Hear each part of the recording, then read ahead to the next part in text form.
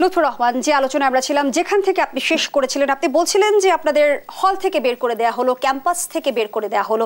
আমি যদি আরেকটু সুস্পষ্টভাবে বলি যে ক্যাম্পাসে কিংবা হলে যাদের একচ্ছত্র আধিপত্য ছিল তাদের বিরুদ্ধে সংগঠিত হওয়াটা কতটা চ্যালেঞ্জিং ছিল আপনাদের জন্য? এটা আমরা হাসান আল মামুন ভাই এখানে আছেন, উনি দীর্ঘদিন হলে ছিলেন, কিন্তু আমার দুর্ভাগ্য আমি ঢাকা বিশ্ববিদ্যালয়ে 2016 সালে ভর্তি হয়েছি। আমি 16 সালের শেষের দিকে হলে উঠেছিলাম, 1 মাসের মাথায় আমাকে হল থেকে বের করে দেয়। কেন?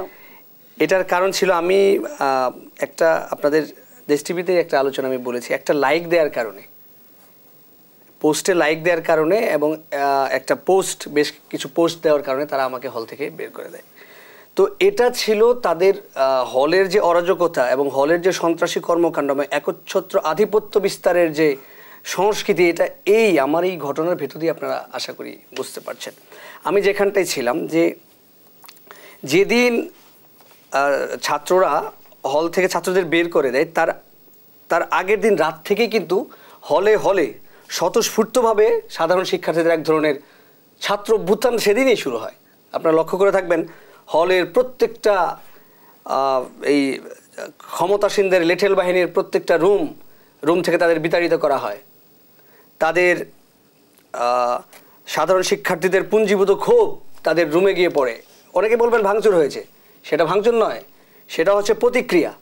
সুদীর্ঘ 17টি বছর প্রত্যেকটা হল এক একটা সেল ছিল, টর্চার সেল। রিমান্ডে যেমন নিয়ে নির্যাতন করা হয়, ডিবি বা তাদের ডিজিএফের বিভিন্ন এজেন্সিতে নিয়ে নির্যাতন করা হয়, হলগুলো তার চেয়ে কোনো অংশে কম ছিল না। প্রতিনিয়ত প্রত্যেকটা স্টুডেন্ট আতঙ্কে থাকতো। তারা রাতের পর তারা আতঙ্কে ঘুমোতো। তারা কি করেছে সারাদিন? সিনিয়রদের গেস্ট রুম নামে একটা কালচার ছিল, যেখানে সাধারণ শিক্ষার্থীদের প্রত্যেকদিন হাজিরা দিতে হতো। তাদেরকে সারাদিনের কর্মের ওইখানে প্রকাশ করা হতো যে কী করেছে। তো এমন একটি ব্যবস্থায় সুদীর্ঘ 17টি বছর, আমি যদি তার আরও একটু পরে আসি, 15টি বছর তারা এই সন্ত্রাসী আখড়া গড়ে তুলেছিল হলের ক্যাম্পাসগুলো। এই পুঞ্জীভূত ক্ষোভ প্রকাশ পেয়েছে ছাত্রলীগকে হল থেকে বিতাড়িত করার ভেতর দিয়ে। এবং এটি করার পরে সরকার তখন আসলে বুঝে গিয়েছে এই আন্দোলন এই আন্দোলন ছাত্ররা থামানোর পাত্র নয়, তারা থামাবে না। তখন তারা হলগুলোকে ছাত্রমুক্ত করার এক ধরনের